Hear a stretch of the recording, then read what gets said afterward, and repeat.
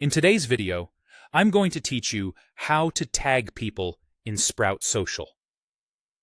Tagging the right profiles is a simple way to give credit, spark conversations, and boost your post's visibility, and Sprout makes it straightforward once you know where to look. Start by opening Sprout Social and heading to the Publishing section, then choose Compose. This is the workspace where you'll build your post. Before you write anything, select the social profile you want to post from. Picking the correct profile matters because tagging rules and suggestions can vary a bit by network, and you want your mention to link properly on the platform you're targeting. In the message field, type the text of your post, and when you're ready to mention someone, type the @ symbol followed by their exact username. For example, you'll type @ and then the handle as it appears on that social network, with no spaces. As you type, Sprout may display a drop-down of suggested profiles for supported networks. When you see the correct match, click it to confirm. This ensures the mention is properly linked in your post and helps avoid mistakes if there are accounts with similar names.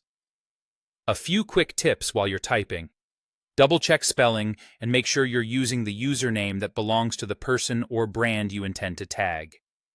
If suggestions appear, look at the profile photo and handle to confirm you've got the right one. If you don't see a suggestion, it could be that the network doesn't support suggestions in that context, or the account's name is slightly different than you remember. Keep typing the handle carefully, and Sprout will link it if the network supports mentions. One important note for Facebook. You can mention business pages, but not personal profiles.